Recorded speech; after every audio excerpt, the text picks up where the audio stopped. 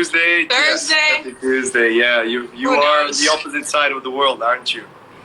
I'm on the opposite side of the world in beautiful, sunny California. That's wonderful. Thank you, Maria. Thank you for this conversation. I'm really glad we have a chance to talk. And I was saying before I invited you in that this is the first time that we're going to do something like this.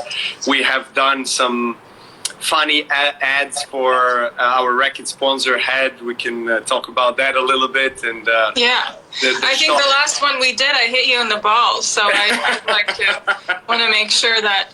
Exactly. And you've won a few Grand Slams since then, so maybe we should do a repeat. I think it's worked out quite well for you. Exactly. Well, after that, I got the new balls, so then everything worked out in the end. Oh my God. Oh, that's a super good memory. I got so many questions. I know we both filled out. We did a little square in our Instagram story and asked people to send in questions. And I think like half of the people asked how we first got to know each other. And my first memory that comes to mind is really funny, so I wanted to share it. Yes. Before you share it, Maria, if you don't mind, I'm just gonna switch off the comments here. I'm going to turn it off so that we can focus on each other now. And then, of course, later on, just before we finish the conversation, we're going to obviously have people who are on our live asking us questions. Perfect. Please go ahead. Sounds good. Yeah, so I remember we played this little exhibition.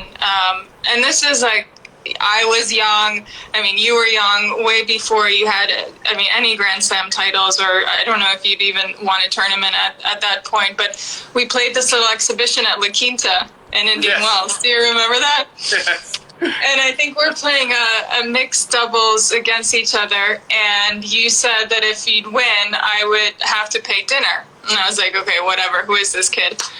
And you won, and you're like, we have dinner tonight. We're going to the Japanese place. And I was like, are you serious? You and me going to dinner tonight?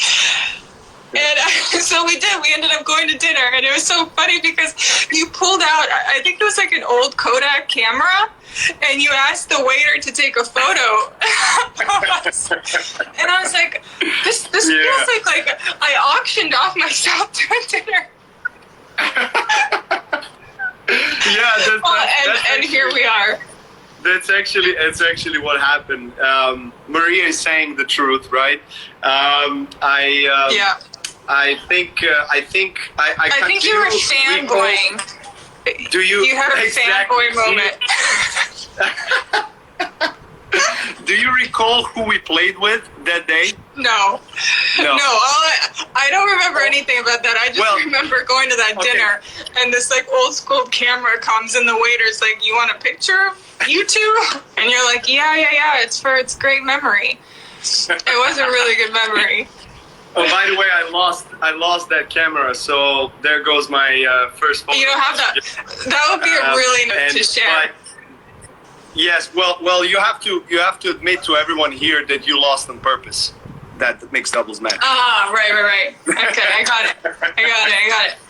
What's up with that artwork behind you? Yeah, it's a nice art, isn't it? Is it? I don't know. I'm trying to figure it out. I know you love art, so is this your style, or you like more contemporary? I love contemporary art. I love art in which you can't make sense of. So you make its story and you story tell through what you make of it rather than it showing you what it is. I like the mystery of art.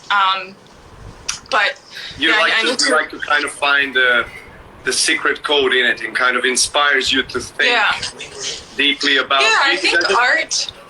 Well, I think art, in general, it should make you happy, or it should provoke some sort of feeling or remind you of a time.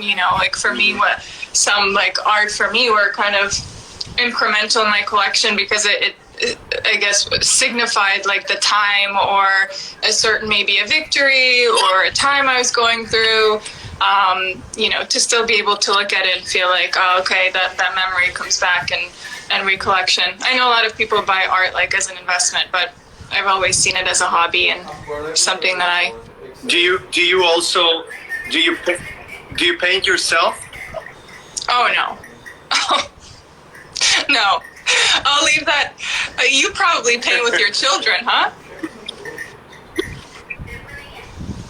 Yes, yes, I do a lot of that on a daily basis. But no, I'm just wondering because obviously, I mean, I know because I've been following you've been sharing on Instagram, especially, you know, your connection and your admiration to the contemporary art. So it was interesting to hear you speak about it, and I always kind of wondered whether you're doing arts yourself and whether you have aspirations to actually do it yourself.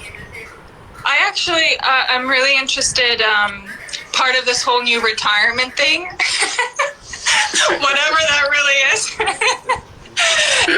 is exploring and really and having the time and dedicating the time to working like on my future. And I think one of the things that I've learned and I've taken away from like my chapter 1.0 was that it took so many years to build the foundation and the ground and the fundamentals, and that took years, like from when we were both very young and like day in day out, and it was done like without anyone, without crowds, without people, without recognition. And so although like a large part of me is ready to go and is ready to work and is ready to achieve new things, I also know that I'm kind of new, and no matter what I've set up so far while I was playing, a lot of that will take time to develop, and that's within my own space and within like great guidance and great people, and hopefully in some years it will evolve into something stronger. But like architecture, for example, is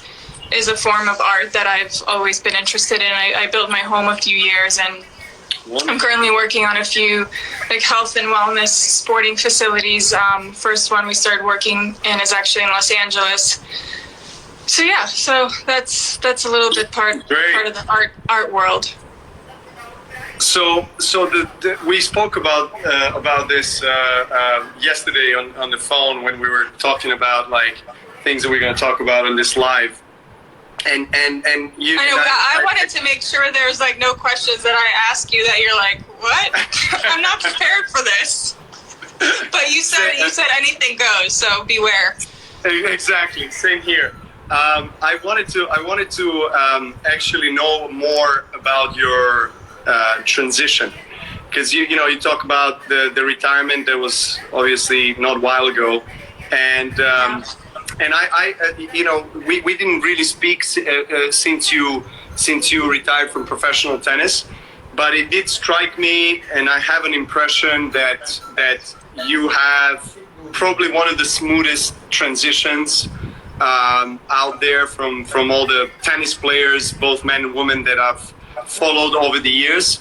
And because I've obviously observing your life and development and building of your brand, and everything that you've accomplished, not just on the tennis court, but also off the tennis court throughout your career, it kind of prepared you for your post-tennis life. I mean, that's at least how it appears to be. So how's that transition going for you right now? Well, I'd say the transition has been different than what I thought it would be because of what we're all facing, like the challenges like mentally that we're all facing in today's environment. Like one thing I previously just mentioned was how I was really, like, despite, finishing something that was a huge part of my career, I was like really motivated for what's to come and ready to go. And, I certainly had some ideas, but I don't know, transition. Yes, I've built an amazing base. I had many interests from the court. Like in my spare time, I utilized that time really well. I built really good networks and relationships with people and companies, and my interest in business and in technology and investments, and architecture and art, and I've tried to learn a little bit as much as I could while I was on the road, which was really difficult. And I was ready to I think because to be honest, I was very stubborn the last couple of years with my body. Like, I really thought that, as you know, when we face a challenge, like, our persistence has like been one of our greatest strengths, and I believe in both of our careers. Like, no matter what is in front of us, we know that this is just a hurdle and we get through it. And I think I struggled a lot with it because I just kept thinking that it was a hurdle that I could pass and I could get better, and and I was seeking everything I could.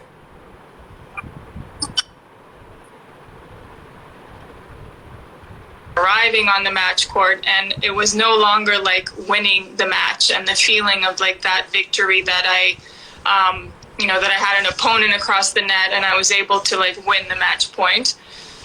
So for me, it's been somewhat of like a transitional relief that I'm not putting my body through that anymore, and like, it's funny, I've spent the last 6-7 weeks with my being at home with my family. So my parents are here, and boy, it's it's entertaining because so much of your past and your history. I mean, entertaining's a nice word, but like, my dad sometimes asks me, like, we're having dinner. He's like, "You're being very politically correct here." I am. They're great, but they're. My dad said to me, he's like, "Do you like not want to go out like to the private court and like hit a few balls?" And I was like, "No. Well, what? No, I look like every morning I wake up and I do like a form of exercise and a workout where I push myself. Like last night at the end, I had, a lot of calls, and I don't know, it was just before dinner, but I was like, I haven't done something for myself and my body. So I went in the basement, and we have this indoor stationary bike. And I was on there for like an hour at like 172 heart rate. And I'm like, what? Why? Why am I doing this? But it's like, there's some things that are still like part of me, and that I really want that I carry like through in like this transition. And some of it I'm ready to let go. But yeah, I was ready for the transition. And I think I've set up a really good base for myself. So I can look back at that and feel like I'm proud of, although, as my focus so much of my life was to tennis. It was also nice to work on other projects and, be part of other things like our head commercials and like creative things. So yeah, definitely. How have you been at home? How is family time, and good. How's that going? Are you cooking? Or is Elena just cooking all day long? So we are very fortunate. We have some days we have chef, and some days we're cooking ourselves as a family. I must admit that my wife does more cooking than me. I'm more of a brekkie kind of, as they like to say in Australia, right, kind of person. I like to make like juices, smoothies, like breakfast bowls, those types of things, avocado on toast and stuff like this with tomato. But we have been spending a lot of quality time with each other, and I think you mentioned a little bit the kind of a mental challenges that we all face, not just athletes, but everyone on this planet that is affected by the virus. And this quarantine at the beginning was, I think, creating quite a anxiety in me, because not because of the fact that I did not have access to the tennis court, but just because of the uncertainty of when does the season continue and what is going to happen. So that's I think you would agree that as an athlete, particularly I think in all areas of life, but particularly in tennis, you just feel like you need to know what your calendar looks like. You need to have some clarity, because then you set your days up in a certain way that will allow you to distribute the energy in a specific way, especially being a father and having a family. Obviously you have to I have to be quite precise, I think, with my routines and what I do, because I I know that sometimes I have to go out from the comfort zone of not doing specifically things that I'm doing when I'm without my family on the tour, for example, that I have more Wait, time. what is define out of your comfort zone? I want to know what out of your comfort zone means. Yeah, that's a good question, because what is the comfort zone in the end of the day? You know, I think it's maybe a philosophical question or answer. But I think we're not gonna start we're not gonna start hugging trees, right? Because I'm not ready for that. I know I live in California and everything, but we're not hugging trees on this one. By the way, have you been to Joshua Tree Park? I haven't, but it's on my list, and I've wanted to go now, but it's closed. So, have you?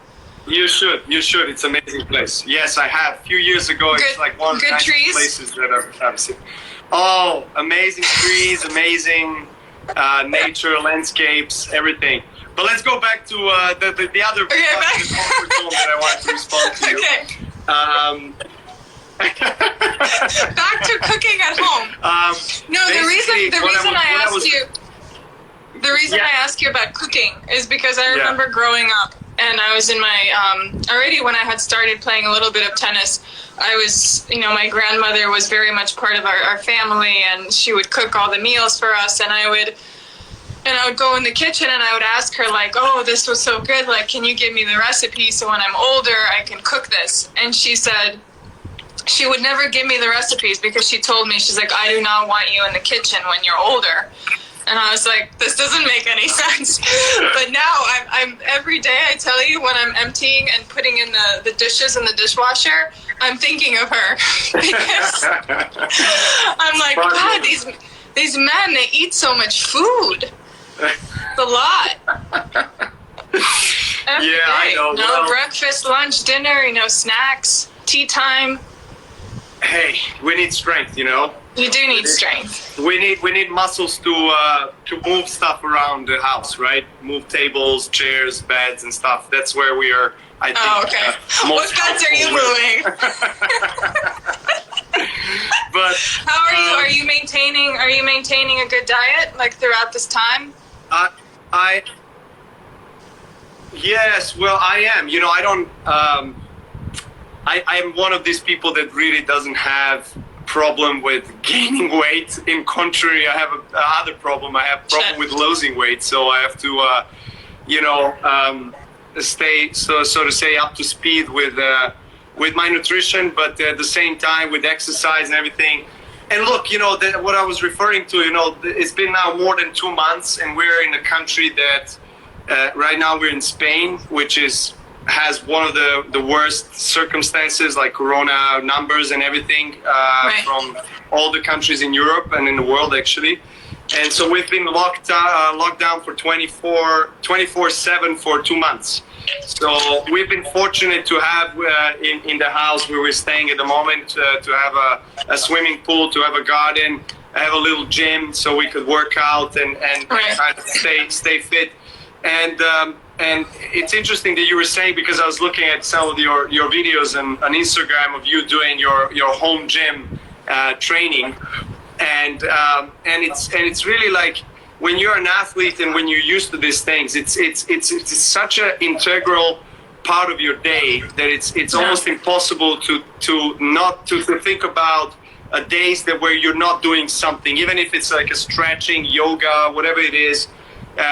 And so I've been trying to do that, but there's been some days where I haven't done much of activity, physical activity at all, and that's fine. Because in the end of the day, we have to slow down, and I think this whole thing that is happening on a brighter side allowed us to have time to reflect on ourselves and our lives, really understand, how we want to move forward, because we don't know what's going to happen. What are the ramifications of coronavirus on the tennis world? But what we can do is we can encourage ourselves to kind of take matters in our own hands and really try to, learn new skills and work on ourselves on every aspect of our being, and do some things that attract us, that are kind of our hobbies and our desires, but we really never had time to do it. So what are those for you currently? What are the hobbies that you're like? What are your interests? What are you trying to like improve, or what are you learning about? Well, I like yourself, if I'm not mistaken, I have a very large interest in the world of health, wellness, and well-being. So I've been reading, watching, learning a lot from some of the people in the industry that I consider as kind of my mentors, and because it's so closely related to the tennis and the professional sport that I'm part of. So it's much easier for me to be in tune with my body and to understand, when I read something, to actually apply it in my life and to try it on my own body. And so I've been spending a lot of time in reading and learning about new things in relation to health, to metabolic functions, to mental health, spiritual health, and all these different things. It's really, it's really admirable to watch you like gain this interest throughout the years, because I will say it, and you probably admit to it, but in the beginning of your career, like you struggled so much with your body and the length of matches. I remember, watching you on the clay and all the cramping and being like, are you ever going to get your shit together? And like to see you like make a transformation, like what I loved about the sport is we really didn't have to, like, although we had to talk before every tournament and after every single match, like our game and our results always did the talking for us. Yes. And I don't know about you, but like that's what as I look like to the future and as I think of my hobbies and I think of my interests, I always think of not necessarily like result-oriented situations, but I want to work on things in which I don't have to really explain myself, but in which that I really like apply myself and that I show my skill and my knowledge and ability, and that I do it like, I guess, in a humble manner, because what the sport teaches you is like to be humble. You go out on the court and you go through these like waves of emotions, these ups and downs, and you lose 8 points in a row. And so how do you get yourself together in front of thousands of people? And you have to do it without speaking. You have to showcase it. So, it's interesting that I've really like admired that you've taken like all the weaknesses in the beginning of your career, and you applied facts and you applied knowledge, and I consider like a transformation, and you're still like looking for more. Yeah. Well, thank you for your kind words. Of course, I do feel like it goes both ways. I've been, seeing and also empathizing with what you've been going through, especially in the last couple of years of your career with the shoulder surgeries, struggles, and everything that you had to overcome and that you had to face in order to actually give yourself a chance to be back and play on a big stage. So I can only imagine the difficulty of really and uncertain in a way. Like you want to compete, you want to be out there, but at the same time, your body doesn't allow you to. So I think in my case, I've been always trying to really be conscious of this holistic approach to life and to my own body, because of course we all want to win a tennis match when we go out there, but what we do before we walk out on that court determines in a very high percentage the outcome of the match. So I try to upgrade the knowledge of self and the things that I can conduct myself with that can maybe improve my health, my recovery, my ability to think clearer, to be more concentrated, to slide better in those things, and to endure. Because we have longest season of all sports is in tennis. We have 10, 11 months a year, non-stop, and it's a lot of wear and tear on the body. So how was it? One of the for you few. when it comes to where. Sorry, it broke up a little bit. I would say, like, Yeah.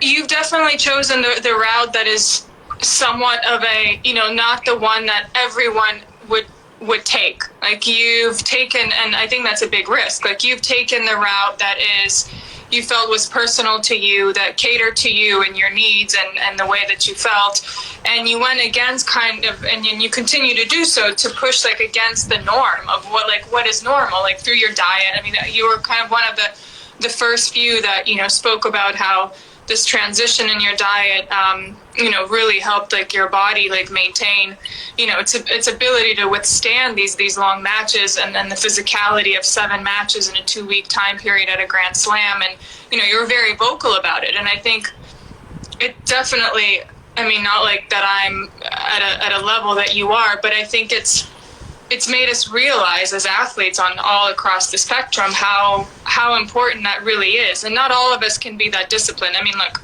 I come home and I'm like, I want a chocolate bar, and I have this chocolate bar, I want like this big size ice cream in the off season, like I will have it.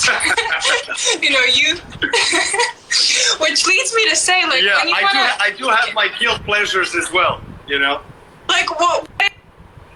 And I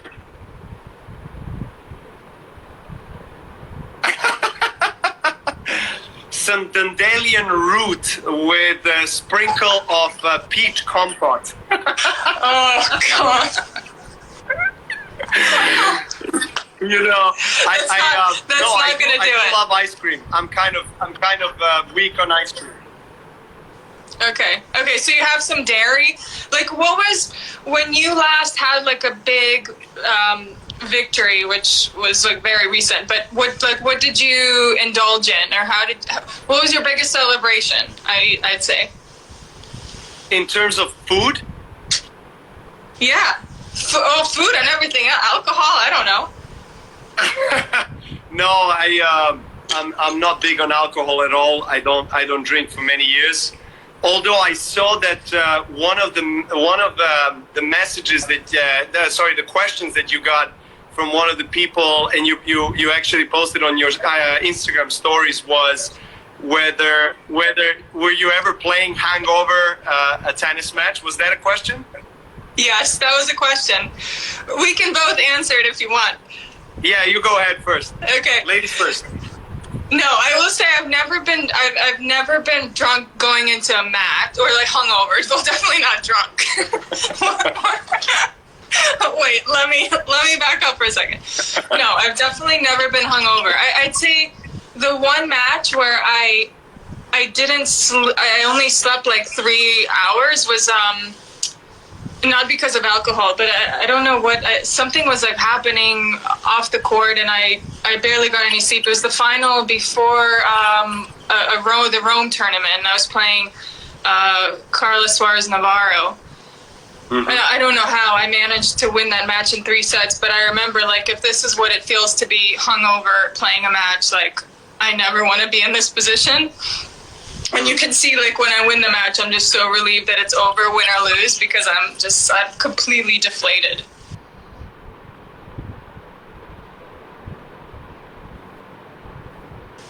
Yeah, well, I am also going to say that I've never experienced that on the court myself. I've never been, I think, that's so boring. They wanted like a juicy answer. But wait a second. I'm coming there to the point. But I have I've had crazy nights during the Davis Cup weekends, and I have been hungover, watching other guys play, and then talking to knowing that you were not going to play during that weekend, or knowing there was a chance you could potentially play, but you still took the risk of being hungover. Knowing that there is no chance for me to play. Okay. I don't know. You hesitated on that one. No, John, I just remembered. I did play one doubles match, the doubles match, Davis Cup, Sweden. Yes, we were Okay. two love up. Soderling and top guys didn't play for Sweden. And I came back off the Wimbledon victory. It was the first Wimbledon win. I became #1. It was 2011. It was like all my dreams came true. And I traveled like literally the next day from London to Sweden to take part in quarterfinals of Davis Cup. And I was in the team. I was saying that I don't want to be part of any official matches. But I don't know how I ended up playing the doubles match, and I wasn't seeing the ball very clearly. Let's keep it to that.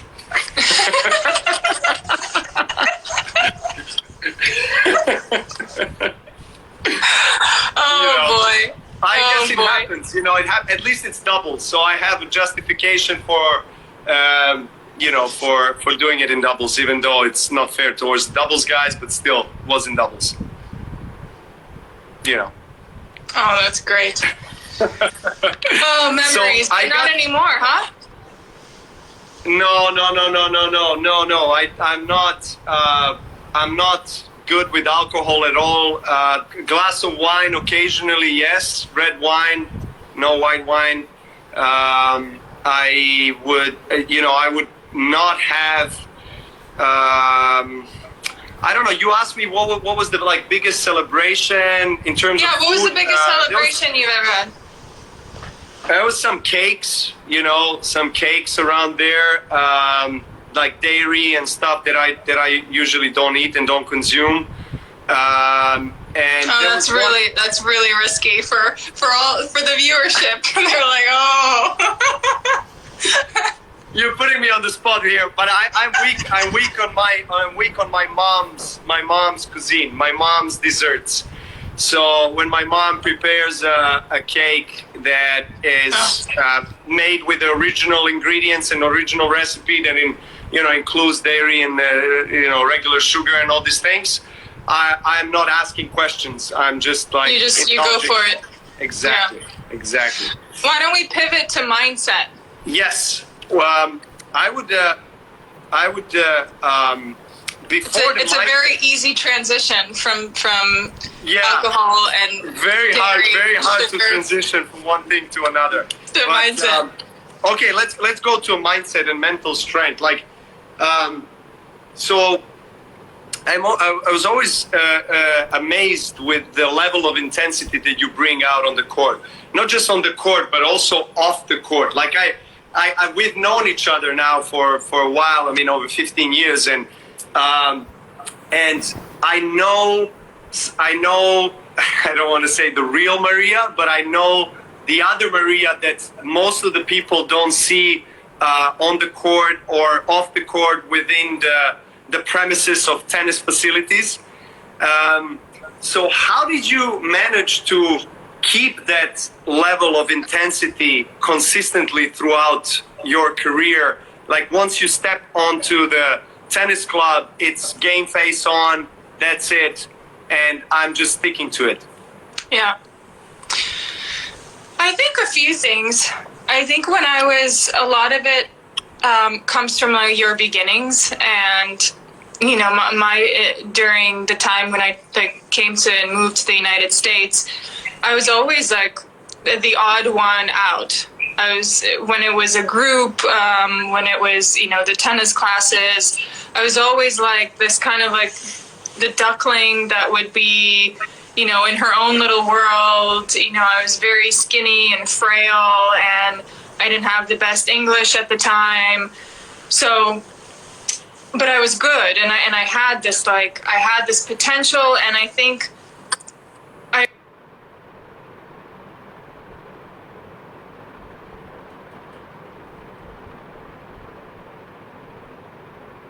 doing, and I got this opportunity to get there, and I wanted to really focus. And I think the focus and the concentration, especially when I was young, that was something that it was an asset that I think came to me more naturally than other kids.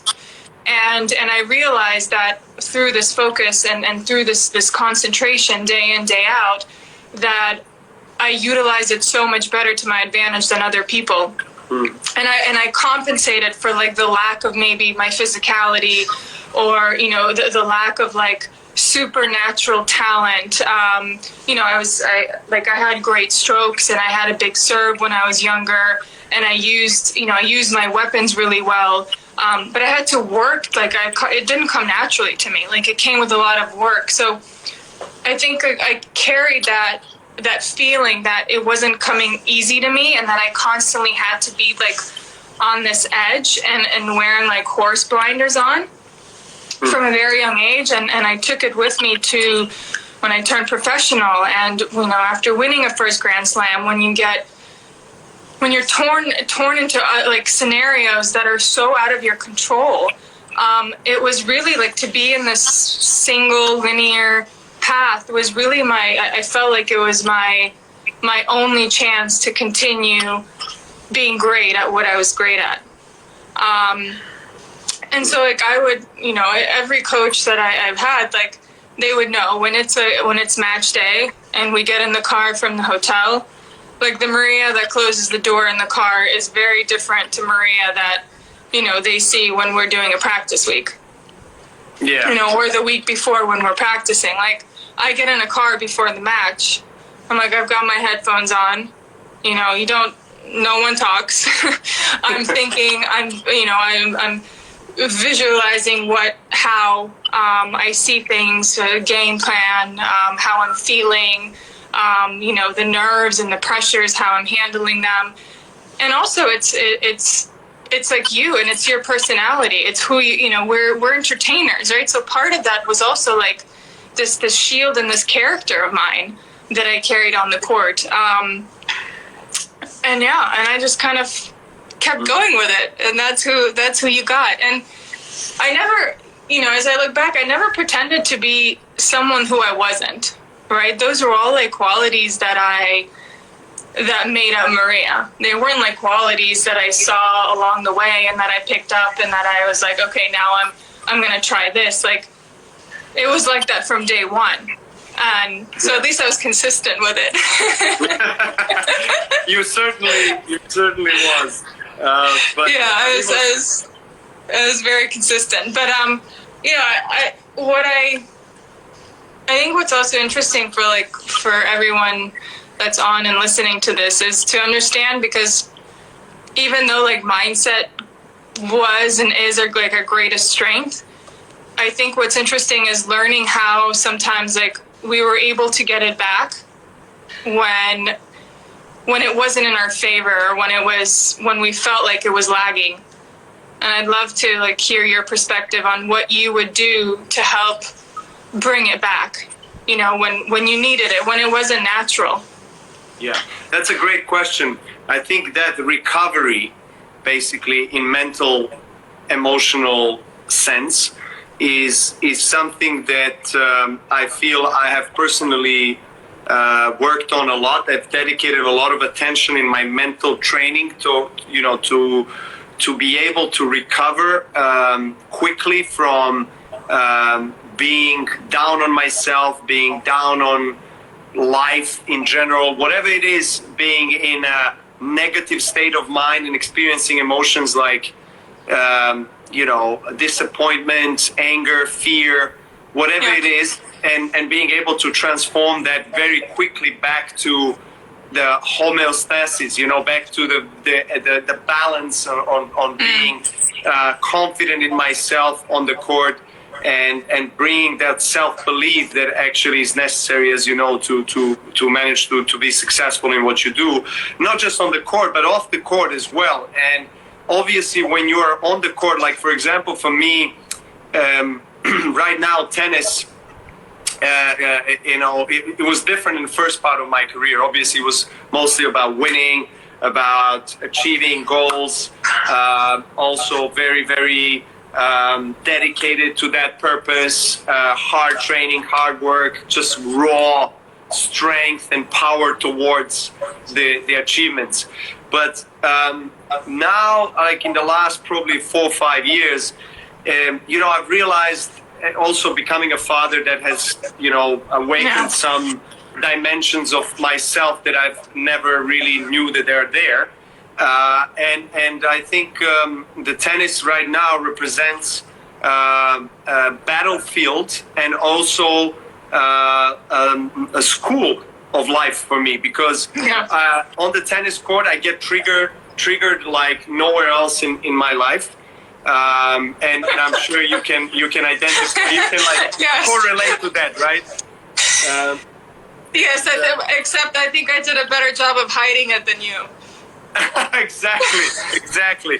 Yeah. So for all the young tennis players and athletes out there listening, do not watch my videos when I'm breaking rackets.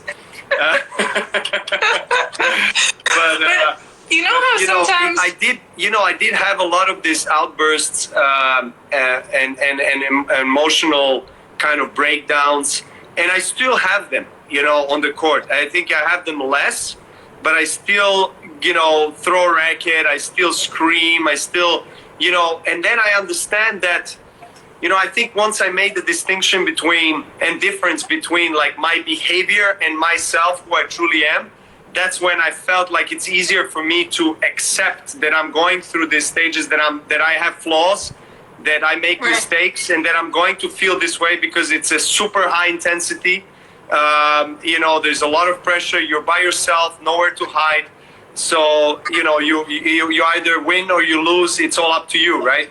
So experiencing all these emotions sometimes gets the worst out of me. But then at the same time, I think what the mental training of focusing on the recovery of first, I think accepting, okay, this is it. I can't turn back the time and change what I've done. And I'm not proud of it. But at the same time, I accept it and I try to just channel whatever energy that I have into the positive and constructive things for me to be able to win a tennis match, for example, or just to be a better human being in general. I have to say that all sounds really great. Like I'm speaking to a guru. So what is your process? What is your process?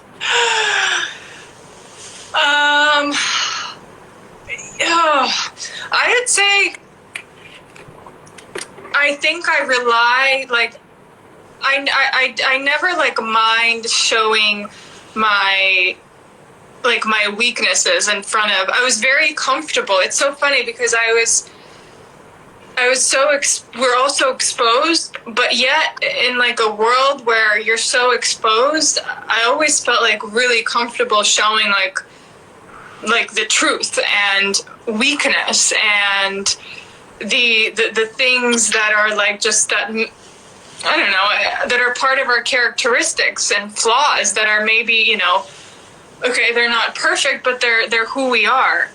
And I will say that because, and especially in women's tennis and the ups and downs, that the momentum switches that I felt would go during a match, I knew that anything could happen at any time. And I really believed that I was mentally tougher than my opponent. It wasn't like I was telling myself that and I was talking myself into it. I really I grew up with that belief because it felt like my weapon. And so I think there are definitely moments where I would give my coaches looks. They'd be the Maria look. And I would. And there were definitely moments and months at a time where things weren't working during a match, and it was you put your attention to your team and your people, and you try to find answers from them, and it was this I don't know what you would call it, but for me it's kind of this act, of it's not me, it's you, in this relationship.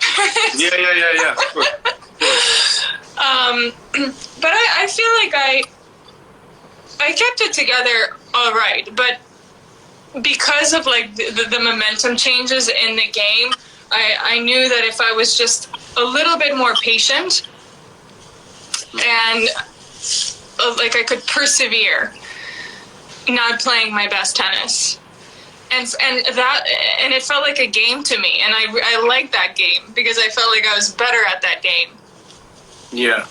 So It's interesting because I mean your also your journey of going to United States when you were very young, and going to a complete unknown territory, and really being forced in a way by life to dig deep. I think I can relate to that because I did also come from a country that did go through a lot of difficult circumstances and hard times during 90s.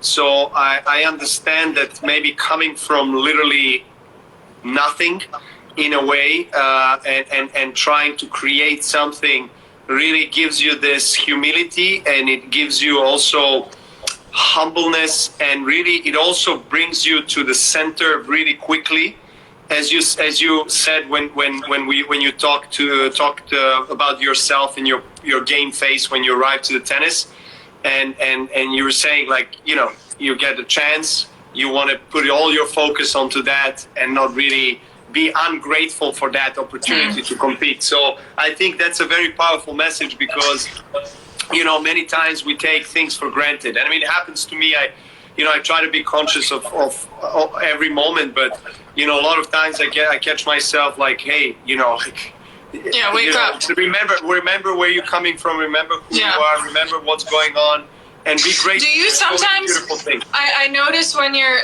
sometimes. Well, actually, I do this sometimes too when I was playing. But there are matches when you win that are actually like meaningful, but our reaction is kind of like subdued. Yeah. Right.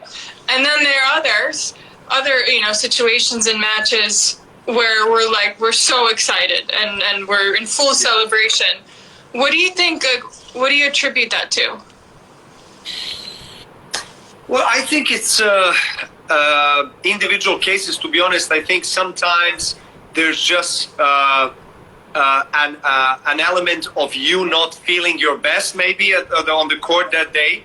Maybe you're not feeling the ball well. Maybe you're feeling like the opponent is outplaying you, and then all that intensity, all that feeling of being uncomfortable in your skin on that day, just raises the intensity and the level of stress in a way, and you kind of feel like you want to channel it out. You feel like you want to scream it out. You feel like in a way. You just want to get that over with, and you feel like you're fighting your heart out in a match that maybe you should routinely win in straight sets, right? So I think there's an element to that. Then maybe it's conditions as well. Sometimes who likes to play on a windy day? It's extremely hot or whatever it is. Sometimes maybe it's the crowd, or it's that you're allowing some other factors from outside, the distractions, to get you to put you out of the focus and out of that comfort zone, so to say, if something like that exists. But I also feel like sometimes it's also opponent across the net, whether he or she is playing really well, whether you don't like each other so much. I don't know. Right. There are various things that I think affect that. We could talk about that if you want to. It would make for really juicy highlights. I see what your intention is here. You're looking for some juicy topics and some what can I say? Yeah, you know me. I'm all about the juicy topics. But I want to make sure that we get some of these. I wrote down a few fan questions because I want to make sure let's do that. Then I have a question for you later on after, and then we can move to the fans' questions. Yeah. Okay. So someone asked, what superpower would you have and why?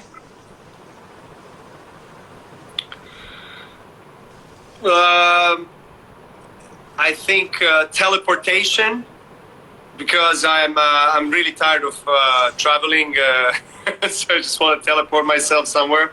Okay, that makes sense. And flying, just flying, seeing the world from a bird's eye perspective. Okay. What about you? I'd say invisibility. I have a little Sherlock Holmes in me. It's like somewhere deep So I think invisibility would be a good one. So who would you spy on and why? Oh, I actually don't think it's to spy on. I think it's like for others to like not see my presence. Okay. I always no, I think it's partially because we spent so many years. Okay, maybe now you're a little different. Like we see you driving in like Teslas all over like the countries when you're at a tournament. But when you're like somewhat normal and you drive an official transportation, and everyone from other cars sees that you're playing the US Open or you're playing Wimbledon or so you're like in the back seat like Yeah. So that's why I love New York City. I love like being in a taxi and I look outside and I'm like, oh, like there's thousands of taxis. So if you had a possibility to like just eliminate the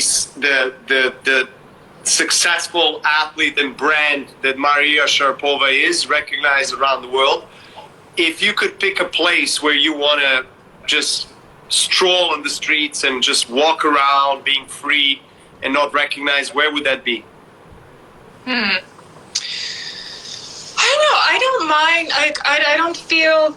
I feel comfortable where I live. Like I've had a home in California for many years, and I feel really comfortable and free, even though the other day was like really random, but a paparazzi followed us, which was like, I don't completely came out of surprise, but usually it happens once there's like news or something, or like when I retired, they try to like see what I would be up to the next week. But yeah, I've been able to like, even if there are moments that are great moments or tough moments that people, they recognize you a little bit more, or they look out for you a little bit more, or they identify with you more.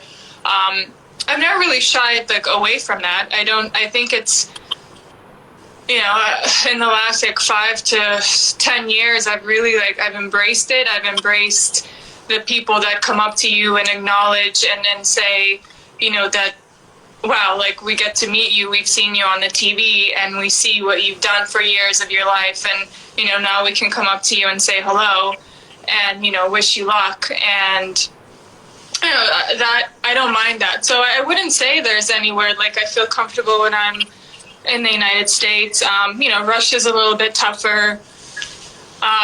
New York City is all right. So I don't shy away from that, because I think I've realized how what you do impacts and inspires so many people, and it's a huge part of what we've done. And honestly, I never, I'm growing up, I never thought that way. No one taught me to think that way. So I appreciate, and I don't hide from it now. That's really nice. I mean, for sure, it just gives you, like, for me personally, there are times when it just goes over the limit, so to say, when you just feel like you had enough.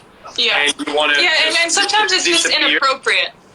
Yeah, but you're a lot eating, of times when it's but a lot of times when it's nice, is actually you're enjoying the interaction, you're enjoying the fact that you might have inspired someone. And especially if the kids come up to you, that's my favorite part, when they say, I'm looking up to you, I love to watch your matches, and I like to watch your impersonations of Maria Sharapova or something like that. It really fills my heart. We gotta talk. I think you need an update on those, because since you did those, my technique has changed. So yes, I think the fans would really appreciate an update when you have time. No big deal. I agree. That's my next project. But speaking about projects, I wanted to ask you this question, because I get this question a lot from like athletes in general, tennis players mostly, obviously, but just athletes on. We talked about it a little bit, reflected on it last night when we talked on the phone. A lot of athletes have difficulty to understand what is going on in their lives. I mean, especially if you're successful and you're building an empire in a way, you're building your brand, you're building awareness around your story of life, of who you are, what you represent, what you care for. And I'm not just talking about the financial aspects. There's a lot of different things that are involved, obviously, in the brand. But what would you say are, let's say, because you've done that so really beautifully, and you're like one of the best examples in sport. What would you think are the building blocks of a successful brand? And also, do you think that for a tennis player or an athlete, doesn't matter, is it relevant to start really? How far ahead should you start thinking about things that you should do post-tennis? What are the things that you would advise these athletes that would make them successful brands and not just observed as whatever, just a tennis player, something that would allow them to go out from the field of sports? Right. I think there's a few parts to that. I think first, or I guess from like my own personal journey, it was I wanted to establish this feeling of being financially secure, like for myself and for my family, because one of the things that we lacked especially when we moved to the United States, was like finances and the insecurity of not knowing, like, I had a coach in California, but I could only like visit him, from Florida to California once in like 4 months because we just couldn't afford it. So for any athlete, and I know every sport is expensive, the investment that you have to put in a sport it will take many years like to develop without any return. So I think the first part of the journey is establishing this sense of like security financially for yourself and for the close ones around you, so that you have a good base to build on. And for different people, that's a different that's a different amount, and it comes from different avenues. What we were I guess smart in, and I don't really love the word brand because it sounds like very official, and one of the things that really well within my team was that the things that I was involved in, like I was all in, like my interests, my passion, my involvement, my relationship.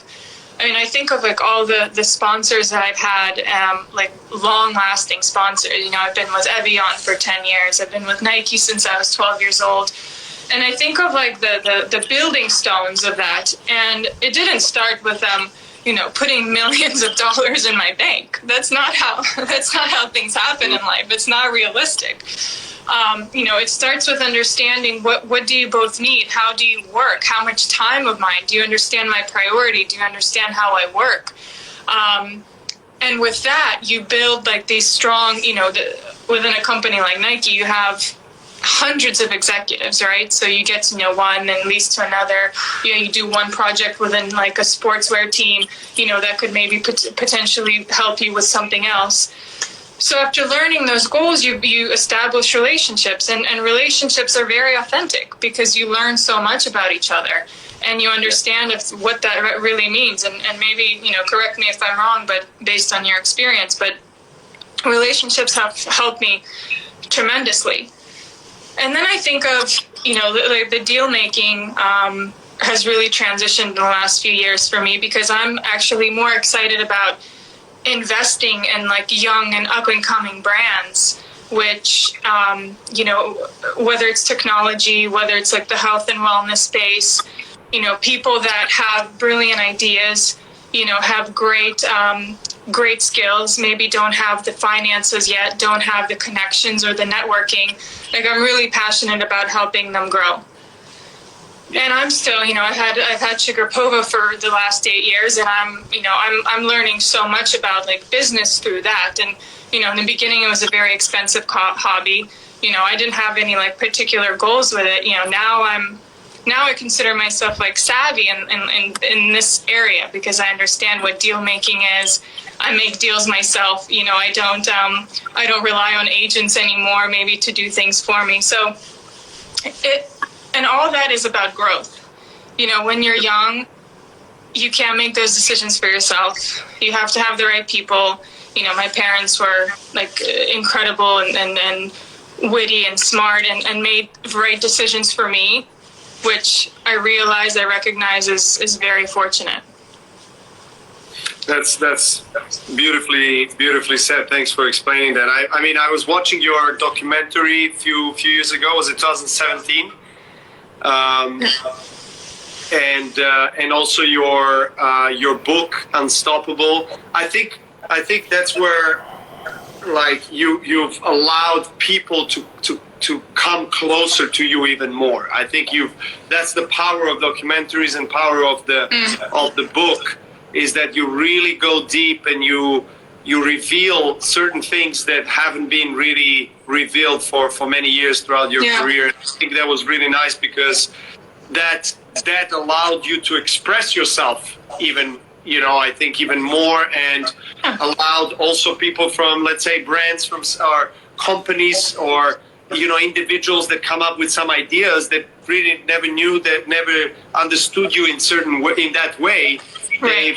They felt like they know you better, so they feel like they can approach you more for a specific thing that is not related to tennis. So that's why I always, when I talk with athletes and we talk about the brand, and I agree with you that the word sounds a little bit formal, but I feel like brand is it's like translated into a story, into a journey, right? Everyone has their original, authentic story. So I just feel like, regardless of the fact that you are, coming from maybe not a developed Western country, whatever it is, everyone has the story, regardless of the ranking, regardless of where they're coming from.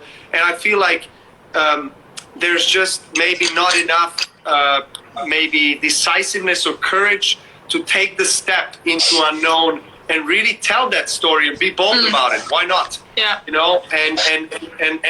present yourself in a way that... I think when it comes to athletes and like the financial and then the business side of things, I think it's a side that, like, from an athlete's perspective, we like to be part of what we know of. Like, we know sport and we know that craft and we want to grow it.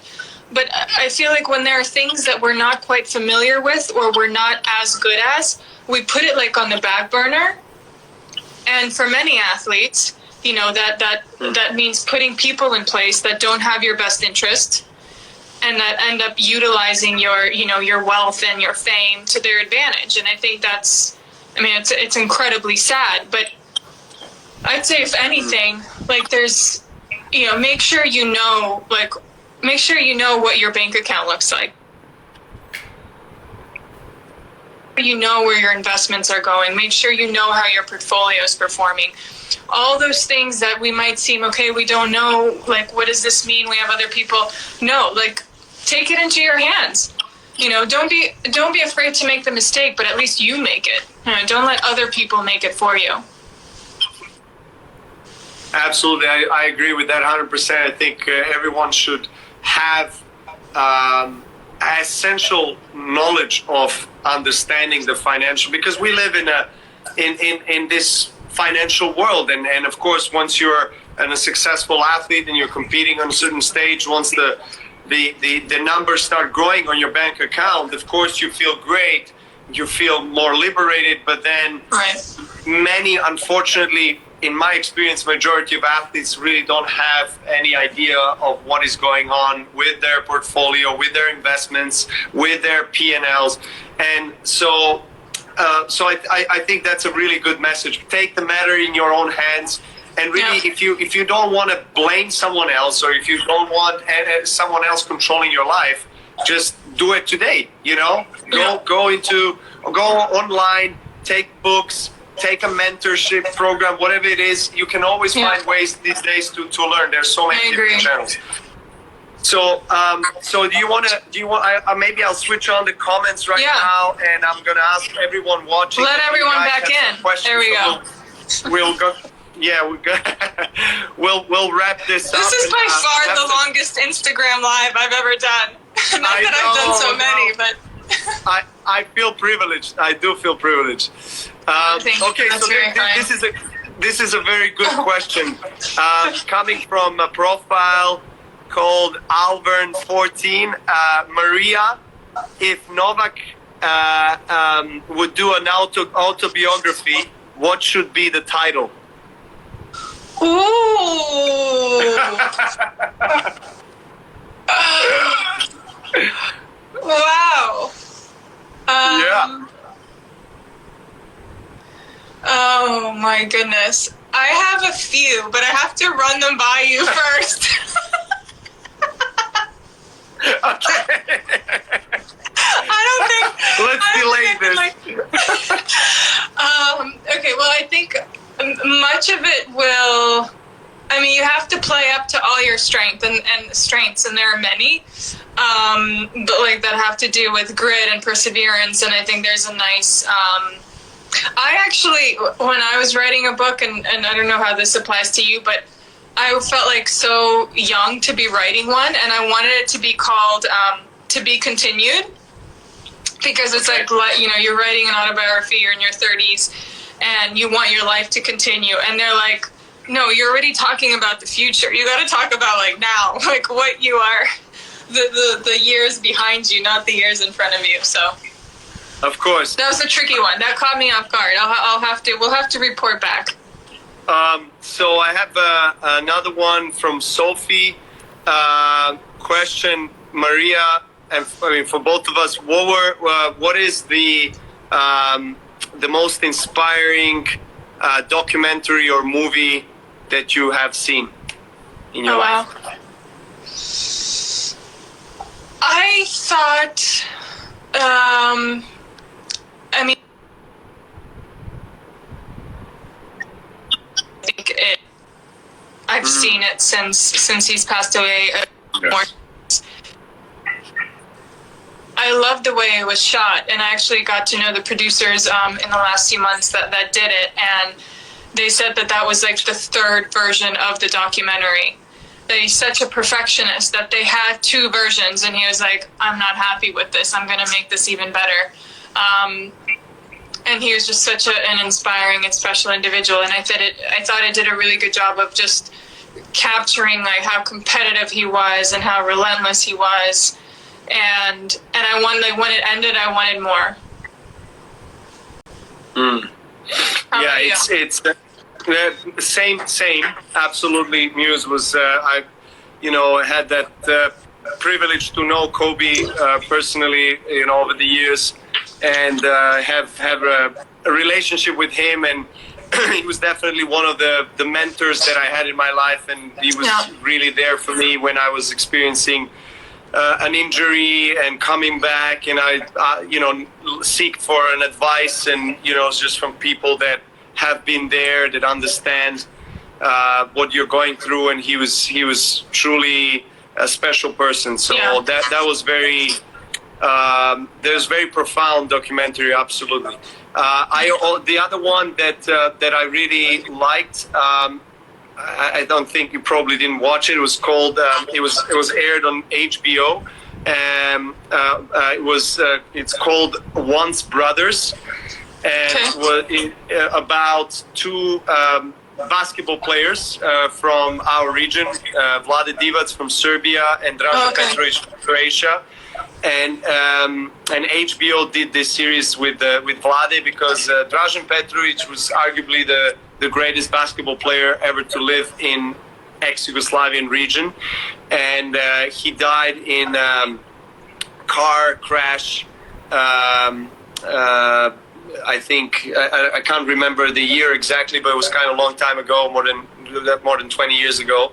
And he was playing in the NBA, and he won silver with Croatia on Olympic Games, playing against the Dream Team in '92 with Jordan and everyone. And him and Vlade Divac were very, very close. Vlade was a Serbian basketball player playing in NBA in Lakers. And they were literally inseparable, very, very close. And I'll have to watch that. They were roommates, and then unfortunately war happened. And Yugoslavia. You're basically giving the entire documentary away. We can go and watch this, right? Okay. I mean, I'm just like, I was very inspired by that, so anyway, everyone should watch Once Brothers, for sure. Is this how all your interviews go? You just like keep talking? Sorry, I did not tell you at the beginning, but my interviews last for 2 hours, so we have another 47 minutes. Oh my God. Okay, so we are wrapping this up. We're wrapping this up. Let me go through a last question and Okay. last question, I promise, and then we'll finish. We have some questions in Russian here. Оба говорить на русском. Я по-русски я понимаю. You probably understand more than I do these days. That's not true, but so Maria Ryan is asking questions. Are you as flexible as Novak is? oh, definitely not. Definitely not. I mean, no. But I did. Are you working when I on your was young. flexibility these days? It's okay. I mean, like, you set such a high standard that, you know, and you must be, like, in your sleep with, like, your leg up, like Exactly. like stretching. No, I used to, when I was younger, I did gymnastics for a few years as part of, like, my training for tennis. And then I wasn't, like, very tall then, and I stopped, funny enough, I stopped growing. So my parents were like, get her out of that, because my parents really, like, you know, thought that they preferred that I was taller than I was shorter for my sport. So they got me out of gymnastics and took me to boxing, where I don't think that's like the opposite. What a great switch. I know, the opposite of flexibility. Well, I think it gave you a nice balance between the two, right? Yeah, I had a good. I love boxing. Do you do any boxing? I do occasionally. I mean, when do you have time? With my wife, You probably when we don't get have into any arguments, time. We do a lot of boxing. I mean, between stretching and the diet and the tree hugging, Yeah. and the meditation. Exactly. Yeah. Well, how about this? The next time we do a live, we can hug a tree together. And I would love talk that. about I would. nature. Okay. We'll stop right there. Thank you, Yeah, Maria. it's a good. Thank you so It's much. a good place to stop. But thank you. This was lots of fun and nice to feel like it felt like I came out of retirement for like an hour.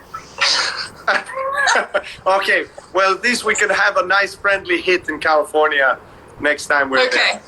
I would actually really like that. So yes. Okay, thank Definitely. you, Maria. Thank you so much, Thank you so everybody, much. Thanks everyone for joining us. Appreciate it. Ciao, Have a Maria. great